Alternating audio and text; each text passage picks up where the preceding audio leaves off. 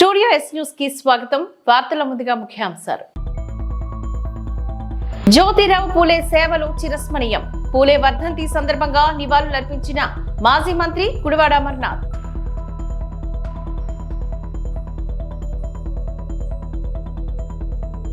Barbecue nation the great grill loot festival ప్రారంభం. November 27 నుంచి December 15 వరకు ఫుడ్ ఫెస్టివల్.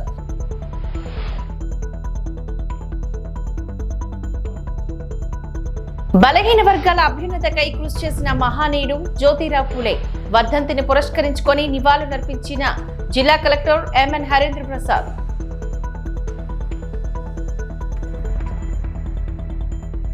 అదానితో రాష్ట్ర ప్రభుత్వ ఒప్పందాల్ని రద్దు చేసి గంగవరం పోర్టును స్టీల్ ప్లాంట్ కు అప్పగించాలి. ఇక న్యూస్ డీటెయిల్స్ చూద్దాం. మహాత్మా జ్యోతిరావు పూలే వర్ధంతి సందర్భంగా విశాఖ జిల్లా వైసీపీ బీసీ విభాగపు అధ్యక్షుడు సకల భక్తుల ప్రసాదరావు ఆధ్వర్యంలో గురువారం జరిగింది. ఈ సందర్భంగా Visakhapatnam green park hotel junction లోని జ్యోతిరావు పూలే విగ్రహం, విశాఖపట్నం వైఎస్ఆర్ కాంగ్రెస్ పార్టీ జిల్లా పార్టీ అధ్యక్షుడు మాజీ మంత్రి గుడివాడ అమర్నాథ్, నగర మేయర్ హరివెంకట కుమారి జ్యోతిరావు పూలే విగ్రహానికి పూలమాల వేసి నివాళులర్పించి అంజలిని ఘటించారు. ఈ సందర్భంగా వారు మాట్లాడుతూ సమాజ స్థాపనకు పాటుపడటంతో పాటు పేదలకు అన్ని విధాలుగా అండగా నిలిచారని పేర్కొన్నారు. ముందుగా పూలే వర్ధంతిని పురస్కరించుకొని స్థానిక నవరోజీ రోడ్లో ఉన్న ఆయన విగ్రహానికి పూలమాల వేసి నివాళులర్పించారు. ఈ సందర్భంగా సమాజానికి పూలే అందించిన సేవలను గుర్తు చేసుకున్నారు. బడుగు బలహీన వర్గాల అభ్యున్నతకై నిరంతరం కృషి చేసి అందరికీ ఆదర్శంగా నిలిచారు అంటూ కొనియాడారు. ఆయన్ని ఆదర్శంగా తీసుకుని అతని బాటలో ప్రతి ఒక్కరూ నడవాలని, సమాజ స్థాపనకు కృషి చేయాలని ఈ సందర్భంగా పిలుపునిచ్చారు.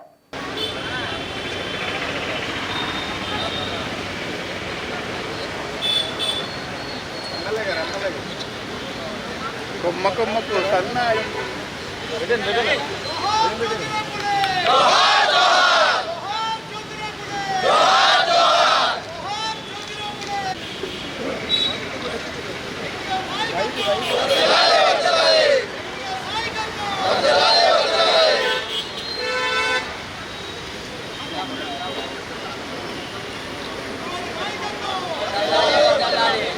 జ్యోతిరావు పూలే 134వ వర్ధంతి సందర్భంగా వారికి ఘనమైనటువంటి నివాళులు అర్పించేటువంటి దానికి పార్టీ నాయకత్వం అంతా కూడా ఈరోజు రావడం జరిగింది. వారు వెనుకబడినటువంటి తరగతుల వరకు, ముఖ్యంగా దేశవ్యాప్తంగా ఉన్నటువంటి బీసీలకు వారు చేసినటువంటి కార్యక్రమాలు ఎంతో స్ఫూర్తిగా అనేక మంది నాయకులకి, ఎంతోమంది దేశవ్యాప్తంగా ఉన్నటువంటి మహానాయకులకి అది స్ఫూర్తిగా నిలబడి బీసీలకి సమాజంలో సముచితమైనటువంటి స్థానం కల్పించేటువంటి దానికి వారు చూపించినటువంటి మార్గం, వారి ఆశయాలు, వాటికి అన్నిటికీ అనుగుణంగా గడిచినటువంటి 5 సంవత్సరాలు కూడా పార్టీ అధ్యక్షులు, ముఖ్యమంత్రిగా 5 సంవత్సరాలు పనిచేసినటువంటి సందర్భంలో బీసీలకు ఇచ్చినటువంటి గౌరవం కూడా ఏ రకంగా ఇచ్చారో, రాష్ట్రంలో అసలు ఎన్ని బీసీ కులాలు ఉన్నాయి, ఈ కులాలు అసలు రాష్ట్రంలో ఈ కులాలకు సంబంధించినటువంటి ప్రజలు నివసిస్తూ ఉన్నారు అనేటువంటిది గుర్తించినటువంటి సందర్భాలు మీ అందరికీ తెలుసు. 56 బీసీ కార్పొరేషన్, దాదాపు 139 బీసీ కులాలకు సంబంధించి 56 బీసీ కార్పొరేషన్స్ని, వివిధ సామాజిక వర్గానికి సంబంధించినటువంటి బీసీ కార్పొరేషన్స్ని ఏర్పాటు చేసి వారికి తగినటువంటి గుర్తింపునిచ్చి వారికి అన్ని రకాలుగా కూడా అండగా నిలబడినటువంటి గడిచినటువంటి ప్రభుత్వం. ఆ ప్రభుత్వంలో చేసినటువంటి అనేక కార్యక్రమాలు, అది కాంట్రాక్ట్స్కి సంబంధించినటువంటి విషయంలో కానీ, లేదా దేవాలయాలకు సంబంధించినటువంటి కమిటీల విషయంలో కానీ, లేదా నామినేటెడ్ పదవుల్లో కానీ, లేదా ఎమ్మెల్సీలు ఎంపిక చేసేటువంటి క్రమంలో కానీ, లేదా గడిచినటువంటి సందర్భంలో మన జరిగినటువంటి ఎన్నికల్లో పార్లమెంట్ అభ్యర్థులుగా కానీ, లేదా శాసనసభ అభ్యర్థులుగా కానీ ఇచ్చినటువంటి గుర్తింపు గతంలో ఎవరు ఇవ్వలేదు, ఇక ముందు ఇచ్చేటువంటి పరిస్థితి కూడా ఉండదు. రీసెంట్గా 11 మంది రాజ్యసభ సభ్యులు ఉంటే గడిచినటువంటి ప్రభుత్వాల్లో ఎప్పుడూ కూడా బీసీలకి, ఎస్సీలకి ఇచ్చినటువంటి ఆ సముచితమైనటువంటి స్థానం గతంలో ఏ ప్రభుత్వం కూడా, ఏ పార్టీ కూడా చేయలేదనేటువంటి విషయాన్ని కూడా తెలియజేస్తూ ఉన్నాం. ఇప్పుడు ఉన్నటువంటి ప్రభుత్వం తాలూకా పరిస్థితులు మనం చూస్తూ ఉన్నాం. పూర్తిగా ప్రజలకి ఏదైతే ఎన్నికల ముందు ఇచ్చినటువంటి మాట ఏంటి, గడిచినటువంటి 6 నెలలుగా జరుగుతున్నటువంటి పరిపాలన ఏంటి అనేటువంటిది ఒకసారి దయచేసి అందరూ గమనించాల్సిందిగా కోరుతా ఉన్నాం. గంజాయి రవాణాపై నిఘా పెట్టినట్లుగా జోన్ 2 డీసీపీ మేరీ ప్రశాంతి తెలిపారు. దువ్వాడ పోలీస్ స్టేషన్ ఆవరణలో ఏర్పాటు చేసిన మీడియా సమావేశంలో గంజాయి స్వాధీన కేసుకు సంబంధించిన వివరాలను తెలియజేశారు. టాస్క్ ఫోర్స్ పోలీసులకు అందిన ముందస్తు సమాచారం మేరకు అగనంపూడి టోల్ గేట్ ఏరియాలో ఓ వాహనాన్ని తనిఖీ చేయగా అందులో 135 కేజీల గంజాయి ప్యాకెట్లు ఉన్నట్లుగా గుర్తించామని చెప్పారు. నిందితులు పాడేరులో ఓ వ్యక్తి దగ్గర 5 లక్షలకు కొనుగోలు చేసి మాడుగుల పెందుర్తి ఎన్ఏడి మీదుగా హైవే గుండా చెన్నై వెళ్లేందుకు ప్రయత్నించారు అంటూ తెలిపారు. దీని విలువ 20 లక్షలు ఉంటుందని అంచనా. గంజాయితో పాటు 2 కిలోల హసీస్ ఆయిల్, అశోక్ లేలాండ్ వాహనం, ఒక సెల్ ఫోన్ స్వాధీనం చేసుకున్నామని అన్నారు. గంజాయి అమ్మినా కొన్న నేరమేనని, ఈ కేసులో ముద్దాయిలకు కఠిన శిక్ష తప్పదని హెచ్చరించారు. సమావేశంలోని ఏసీపీ త్రినాథ్, సిఐ, ఎస్ఐలు పాల్గొన్నారు.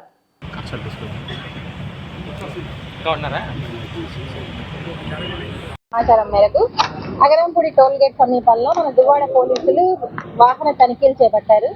ఆ చెకింగ్ లో ఒక విశాఖపట్నం నుంచి అనకాపల్లి సైడ్ వెళ్తున్న ఒక వెహికల్ ని చెక్ చేయగా 2 ఉన్నారు. అందులో వాళ్ళని మనం అదుపులోకి తీసుకొని ప్రశ్నించిన మేరకు ఆ వెహికల్ లో గంజాయి, హ్యాష్ ఆయిల్ ఉన్నట్లు వాళ్ళు మనకు తెలియజెప్పారు. అదే మనం తనిఖీ చేసి నియర్లీ 2 కిలోల బరువు గల 67 బ్యాగ్స్ అంటే 135 కిలోల గంజాయి, అప్రాక్సిమేట్ 20 లక్షల విలువ గల గంజాయిని మనం స్వాధీనం చేసుకోవడం జరిగింది. ఆ 2 ముద్దాయిల్ని రిమాండ్కి పెట్టడం జరిగింది. వీళ్ళలో ఒకరు ముద్దాయి దుర్గారావని గన్నవరం కృష్ణా జిల్లాకు చెందినతను, ఇంకొకతను శివరామకృష్ణ ముస్లూరు మండలం ఏలూరు.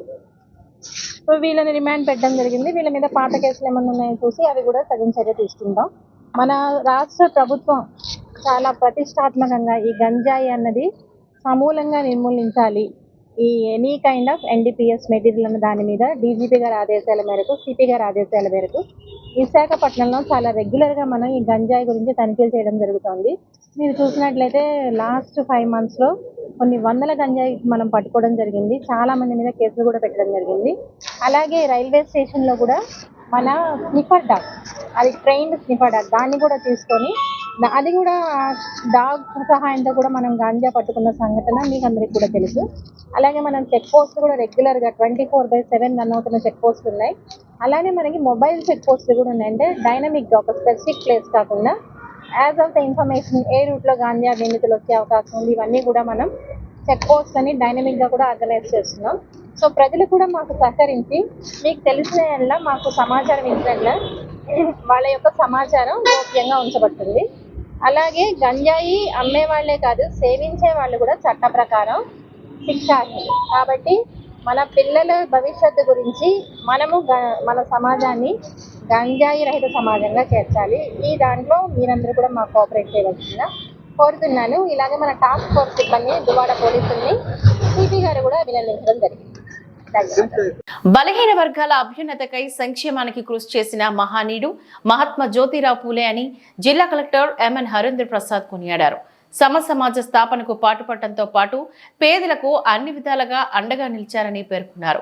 గురువారం పూలే వర్ధంతిని పురస్కరించుకొని విశాఖలో నవరోజీ రోడ్లో ఉన్న ఆయన విగ్రహాలకు పూలమాల వేసి నివాళులర్పించారు. ఈ సందర్భంగా సమాజానికి పూలే అందించిన సేవలను గుర్తు చేసుకున్నారు. బడుగు బలహీన వర్గాల అభ్యున్నతకై నిరంతరం కృషి చేసి అందరికీ ఆదర్శంగా నిలిచారు అంటూ కొనియాడారు. ఆయన ఆదర్శంగా తీసుకొని అతని బాటలో ప్రతి ఒక్కరూ నడవాలని, సమాజ స్థాపనకు కృషి చేయాలని ఈ సందర్భంగా కలెక్టర్ పిలుపునిచ్చారు.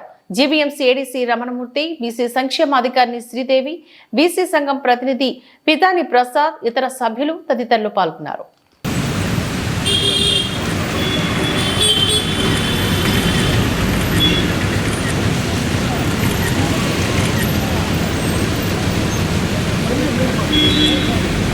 ఫోటో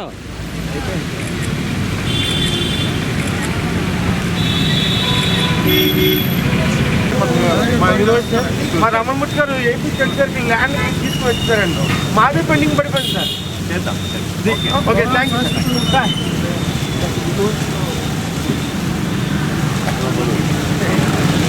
జ్యోతిరావు పూలే, జోహార్ జోహార్ జ్యోతిరావు పూలే. వచ్చారండి, వెనక్కి వెళ్తాను. మళ్ళీ 2-3 సార్లు ల్యాండ్ ఇచ్చారు సార్. ఇది బీసీలు గవర్నమెంట్, బీసీకి ప్రాధాన్యత ఇస్తుంది. ఒక్కసారి మీ పరిశీలన చేసుకుని దృష్టిలో పెట్టి ఎన్నోసార్లు రిప్రజెంటేషన్ ఇచ్చారు. ₹1,00,000 నెలకి మనం రెంట్ ఇస్తున్నాం సార్. కనీసం మన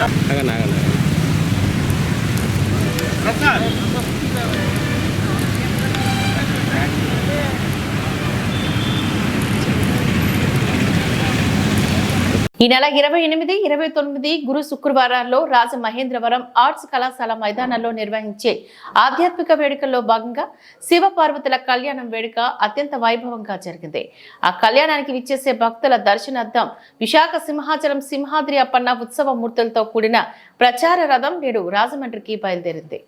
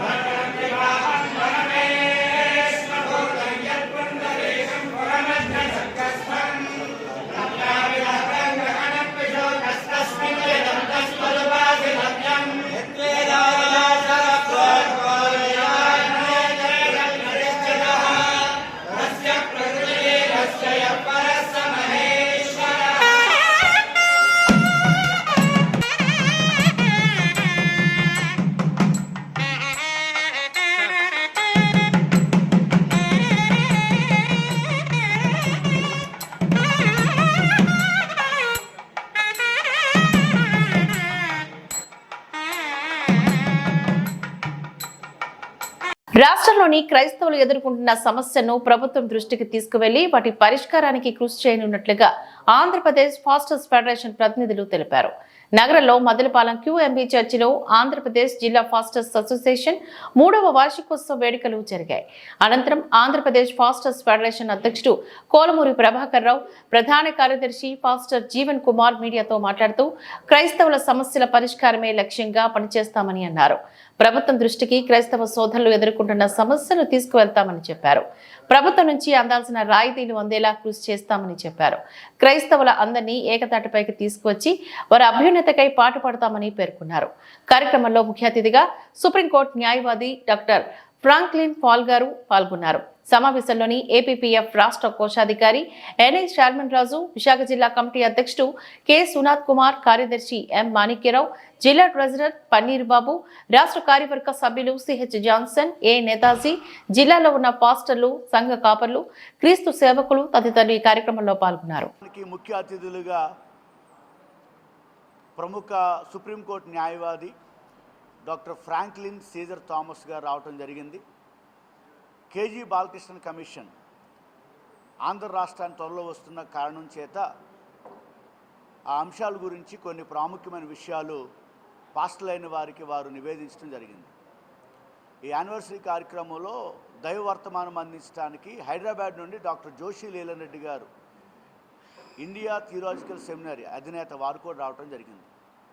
ఈ కార్యక్రమంలో ఆంధ్ర రాష్ట్రంలో ఉన్న 26 జిల్లా కమిటీ వారు, 679 మండలాల్లో ఉన్నటువంటి కొద్దిమంది ప్రతినిధులు, విశాఖపట్నంలో ఉన్నటువంటి పాస్టర్స్, మరి చుట్టుపక్కల ప్రాంతాల్లో ఉన్న పాస్టర్స్ ఈ సమావేశంలో పాల్గొనడం జరిగింది. ముఖ్యంగా గడిచినటువంటి కాలంలో పాస్టర్లకు గౌరవవేతనము తీసుకొచ్చేటువంటి సందర్భంలో ఆంధ్రప్రదేశ్ పాస్టర్ ఫెడరేషన్ ముందుండి పనిచేసింది. ఎంతోమంది ప్రముఖులు, డాక్టర్ వైఎస్ థామస్ రెడ్డి గారు, అటు రీతిగానే బ్రదర్ ప్రభాకర్ రావు గారు, స్టేట్ జనరల్ సెక్రటరీగా మాట్లాడుతున్న నేను జీవన్ కుమార్, జేమ్స్ వికే కుంపట్ల గారు, అరులర్స్ గారు, విజయ్ కుమార్ గారు, ఇట్లా అనేక మంది ప్రయాసపడి గత ప్రభుత్వంలో ముఖ్యమంత్రి వర్యులను కలిసి ఈ యొక్క పాస్టర్స్ గౌరవవేతనం అంశం గురించి వారు ముందుకు తీసుకొని వెళ్ళగా వారు సహృదయంతో దాదాపు 9,476 మందికి ప్రతి నెల 5,000 రూపాయలు ఇచ్చినటువంటి దాఖలాలు మరి చోటు చేసుకున్నాయి. అయితే ఇప్పుడున్నటువంటి ప్రస్తుత ముఖ్యమంత్రి వర్యుల దృష్టికి కూడా మేము తీసుకెళ్ళటం జరిగింది. వారిని కూడా ఈ గౌరవవేతనం కొనసాగించాలని, గడిచిన సమయంలో ఎలిజిబుల్ పాస్టర్స్ ఎంతోమంది వారు అప్లై చేసినప్పుడు కూడా వారికి అందలేకుండా ఉంది, వారందరూ కూడా గౌరవవేతనం అందించాలని, ప్రతి జిల్లా, ప్రతి మండలంలో, ప్రతి పట్టణ గ్రామాల్లో క్రైస్తవులు వారు కార్యక్రమాలు నిర్వహించుకోవడానికి కమ్యూనిటీ హాల్సు, క్రైస్తవ యొక్క విశ్వాస ప్రమాణమునకు అనుకూలంగా ఈ యొక్క బరియల్ గ్రౌండ్స్ అనేది చాలా ప్రాముఖ్యమైనటువంటి విషయం. మరి క్రైస్తవ విశ్వాసం కలిగినటువంటి వారు భూస్థాపన కార్యక్రమం జరిగిస్తూ ఉంటాం అనే విషయం అందరికీ తెలిసిందే. ఈ విషయాల గురించి ప్రస్తుత ముఖ్యమంత్రి వర్యులు సహృదయంతో స్పందించి ఆంధ్రప్రదేశ్ పాస్టర్ ఫెడరేషన్ వారు తెలియజేస్తున్నటువంటి ఈ యొక్క రిక్వెస్ట్ను ఆమోదించి మా యొక్క మనవులను అంగీకరించాలని, గౌరవవేతనమును అతి త్వరగా రిలీజ్ చేయాలని, ఆంధ్ర రాష్ట్రం దాదాపు 40,000 మంది పైగా ఉన్నటువంటి పాస్టర్లందరికీ కూడా ఎలిజిబుల్ పాస్టర్స్ అయినటువంటి వీరికి గౌరవవేతనము అందించాలని, కొత్తగా నమోదు చేసుకోవడానికి అవకాశం కల్పించాలని, కమ్యూనిటీ హాల్సు, బరియల్ గ్రౌండ్సు అతి త్వరగా స్థలాలు కేటాయించి ఆ యొక్క నిధులు మంజూరు చేయాలని చెప్పి ఆంధ్రప్రదేశ్ పాస్టర్ ఫెడరేషన్ తరఫున మేము కోరటం జరిగింది. ముఖ్యంగా జర్నలిస్ట్ సోదరుల ద్వారా ఈ విషయాన్ని మన ముఖ్యమంత్రి వర్యులు శ్రీ నారా చంద్రబాబు నాయుడు గారి దృష్టికి తీసుకుని వెళ్తున్నాం. మిగిలినటువంటి అంశాల గురించి ప్రముఖ న్యాయవాది, దళిత క్రిస్టియన్ రైట్స్ అధినేత వెరికే వరప్రసాద్ గారు, అటు రీతిగానే ADF AP Christian society Bharat లో ప్రముఖ casual dining restaurant barbecue nation the great grill loot festival ప్రారంభించింది. ఇది పైరేట్ నేపథ్య sea food entertainment festival Andhra Pradesh, Telangana రాష్ట్రంలో అన్ని అవుట్లెట్స్లలోని నవంబర్ 27 నుంచి డిసెంబర్ 15 వరకు ఈ ఉత్సవం జరగనుంది. ఈ మేరకు విశాఖలో మధురవాడ, మిథిలాపురి, ఉడాకొండిలో ఉన్న బార్బిక్యూ నేషన్ లో మీడియా సమావేశాన్ని నిర్వహించారు. ఈ సందర్భంగా barbeque nation hospitality limited Andhra Pradesh head Naresh Naidu Muthuluri ఈ సందర్భంగా మాట్లాడారు. ఈ ఫుడ్ ఫెస్టివల్ ద్వారా అతిథులకు వినూత్నమైన, ప్రేరణాత్మకమైన డైనింగ్ అనుభవాన్ని అందించడమే లక్ష్యమని చెప్పారు. ఆహార ప్రియులకు విశేషమైన సీ ఫుడ్ అనుభూతిని అందించనున్నామని తెలిపారు. పెరైడ్ థీమ్ కు జీవం పోస్తూ మెనూను రుచికరమైన వంటకాలతో సిద్ధం చేశామని అన్నారు. Golden fried calamari with spicy mayo, golden fried prawns with cajun sauce లాంటి క్రిస్పీ వంటకాలు నోరూరించనున్నాయని చెప్పారు. తందూరి క్రాబ్, తాజా పీతలను మసాలాలతో మ్యారినేట్ చేసి తందూరిలో కాల్చి అందించనున్నామని తెలిపారు. కొత్తిమీర సాస్లో టాస్ చేసిన తీయటి రొయ్యల రుచిని ఆస్వాదించవచ్చని అన్నారు. ఇక శాకాహారుల కోసం వివిధ రుచులు అందుబాటులో ఉన్నాయని చెప్పారు. తీపి పుల్లని సాస్లో water chestnut, beetroot rose, crispy sweet potato, Afghani paneer tikka శాకాహారులను కృషి చేయనున్నాయని చెప్పారు.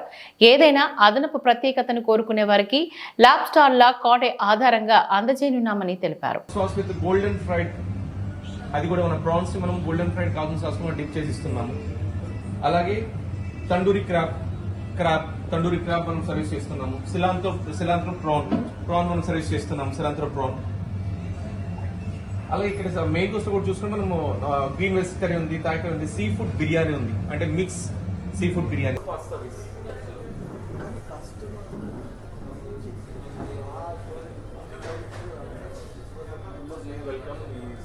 కూడా మనకు మన మెనూలోనే ఇంక్లూడెడ్ ఉన్నాయి. ఇవన్నీ మన మధురవాడ ఎందుకు మనము మీడియాని పిలిచామని, ఈ మధురవాడ ఓపెన్ చేసిన దాంట్లో మీలో కూడా చాలా మంది ఉంటారు. సో మనం దీన్ని రీకాల్ చేస్తున్నాం. అంటే మధురవాడని మనము ఈ ఫెస్టివల్ ద్వారా రీకాల్ అందరి జనాలకు వెళ్ళాలని మనం దీనికోసం గట్టిగా ప్రయత్నిస్తున్నాం.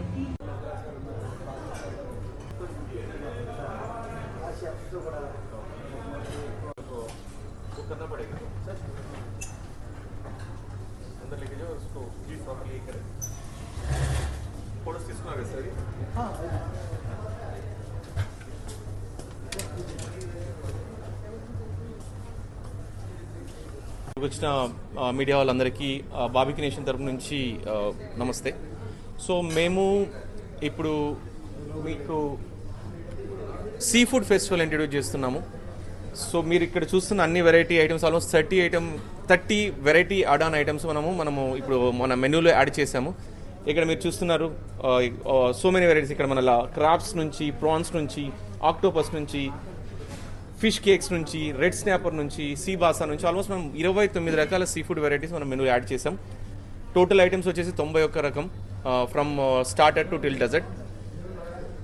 ప్లీజ్ మనము ఈ సీ ఫుడ్ అనేది మనం మొత్తం మన మధురవాడ బార్బిక్యూ నేషన్లోను, Vizag barbecue nation, Vijayawada barbecue nation, Kadapa barbecue nation, Kakinada barbecue nation, Guntur barbecue nation, మొత్తం ఆంధ్రప్రదేశ్ స్టేట్ అంతా మనము ఈ సీ ఫుడ్ ఇంట్రడ్యూస్ చేస్తున్నాము. సో ఈ సీ ఫుడ్ ఈ రోజు నుంచే స్టార్ట్ అయింది. ప్లీజ్ మీరందరూ వచ్చి టేస్ట్ చేసి మీకు తెలిసిన 10 మందికి చెప్పి అక్కడ నుంచి దీన్ని బాగా ది ఫెస్టివల్ని సక్సెస్ చేయాలని చెప్పి మనస్ఫూర్తి కోరుకుంటున్నాను. Please come and visit and taste the food and please bless us. నా పేరు నరేష్ నాయుడు. సో నేను ఏపీ హెడ్ ఆఫ్ ఆపరేషన్స్ బాబికి నేషన్. సో అందరూ రావాలని మనస్ఫూర్తిగా కోరుకుంటూ ఇక్కడికి వచ్చిన మీడియా వాళ్ళందరికీ నా మనస్ఫూర్తిగా ధన్యవాదాలు తెలుపుకుంటూ థ్యాంక్ యూ సో మచ్. దక్షిణం నియోజకవర్గంలో అన్ని వార్డుల్లో కొత్తగా CCBT రహదారులు వేయనున్నట్లుగా విశాఖ సౌత్ ఎమ్మెల్యే వంశీకృష్ణ శ్రీనివాస్ పేర్కొన్నారు. 35వ వార్డు పరిధిలో పలు అభివృద్ధి పనులకు గాను ఆయన వార్డు కార్పొరేటర్ స్థాయి సంఘ సభ్యులు విల్లూరి భాస్కర్రావుతో కలిసి శంకుస్థాపన చేశారు. ఈ సందర్భంగా ఎమ్మెల్యే వంశీకృష్ణ మాట్లాడుతూ వార్డుల అభివృద్ధి ధ్యేయంగా పనిచేయనున్నట్లుగా చెప్పారు.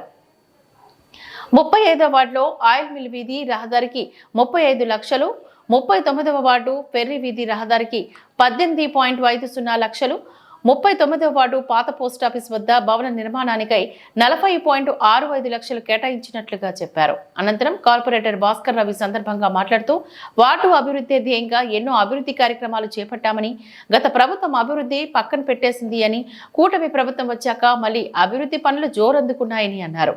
కార్యక్రమంలో తెదేపా వార్డు అధ్యక్షుడు రామిరెడ్డి తదితరులు ఈ కార్యక్రమంలో పాల్గొన్నారు.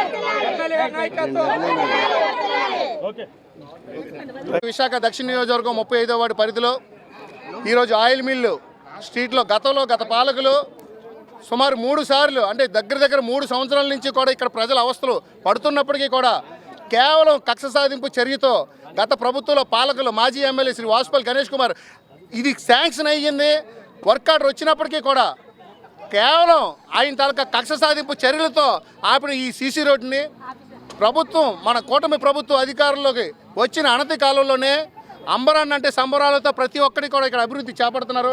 మన ఎమ్మెల్యే దక్షిణ నియోజకవర్గ ఎమ్మెల్యే శ్రీ వంశీకృష్ణ శ్రీనివాస్ గారి నాయకత్వంలో ఈరోజు మళ్ళీ ఈ రోడ్డును మనం వేసుకుంటున్నామంటే అది కూటమి ప్రజలు ఏదైతే కోరుకున్నారో, కూటమికి ఏ విధంగా అయితే మద్దతు ఇచ్చారో, కూటమికి ఏ విధంగా అయితే ఆశీర్వాదం చేశారో, ఆశీర్వాదం చేసినట్టుగా ఆ ఆశీస్సులను తీసుకొని ప్రజలు ఏవైతే ఎక్స్పెక్ట్ చేశారో ప్రజల తాలూకా ఎక్స్పెక్టేషన్కి ఎక్కడ తగ్గకుండా అభివృద్ధి చేసి చూపిస్తుంది కూటమి ప్రభుత్వం.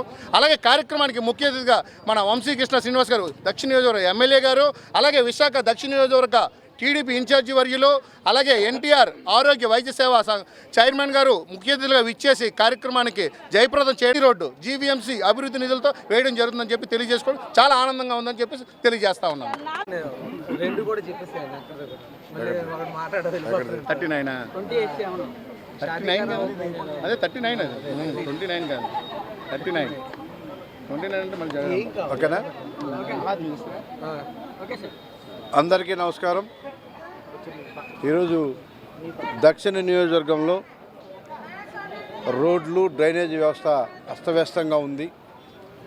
గత పాలకులు నిర్లక్ష్యం చేశారు. ఈరోజు ఎలక్షన్ ముందే మేము చెప్పాం, ఎన్డీఏ అధికారంలోకి రాగానే రోడ్లు డ్రైనేజీ వ్యవస్థని, పొల్యూషన్ని, ముఖ్యమైనటువంటి ప్రతి ఒక్క సమస్యను కూడా నెరవేరుస్తామని చెప్పాం. ఈ గోల్డ్ సిటీని ఒక గ్రీన్ సిటీగా తయారు చేస్తాం. ఈ ప్రాంతాన్ని అభివృద్ధి చెప్పడం జరిగింది. అందులో భాగంగా ఇప్పటివరకు వార్డు పర్యటనలన్నీ కూడా పూర్తి చేసుకున్నాం. రానున్న రోజుల్లో ఇవాళ మనం మొదలుపెట్టాం రోడ్డుతో. ఇవాళ 35వ వార్డు ఆయిల్ మిల్ ప్రాంతంలో సుమారు 36 లక్షలతో ఈ వర్క్ స్టార్ట్ చేశాం. అలాగే 39వ వార్డులో కూడా మసీద్ దగ్గర, అలాగే పెర్రీ రోడ్డు కూడా 2 రోడ్లు కూడా వేస్తూ ఉన్నాం. రానున్న రోజుల్లో ప్రతి ఒక్క ఏరియాని కూడా ఒక అద్దంలాగా తయారు చేయాలి. ఈ ప్రాంతం నుంచి ఒకప్పుడు 1 టౌన్ నుంచి అటు వెళ్ళాలనుకునే వాళ్ళందరూ తిరిగి వచ్చే విధంగా ఆదానితో రాష్ట్ర ప్రభుత్వ ఒప్పందాలు రద్దు చేసి ఆదాని గంగవరం పోర్ట్ ను స్టీల్ ప్లాంట్ అప్పగించాలని సిపిఎం జిల్లా కార్యదర్శి ఎం జగ్గునాయుడు డిమాండ్ చేశారు.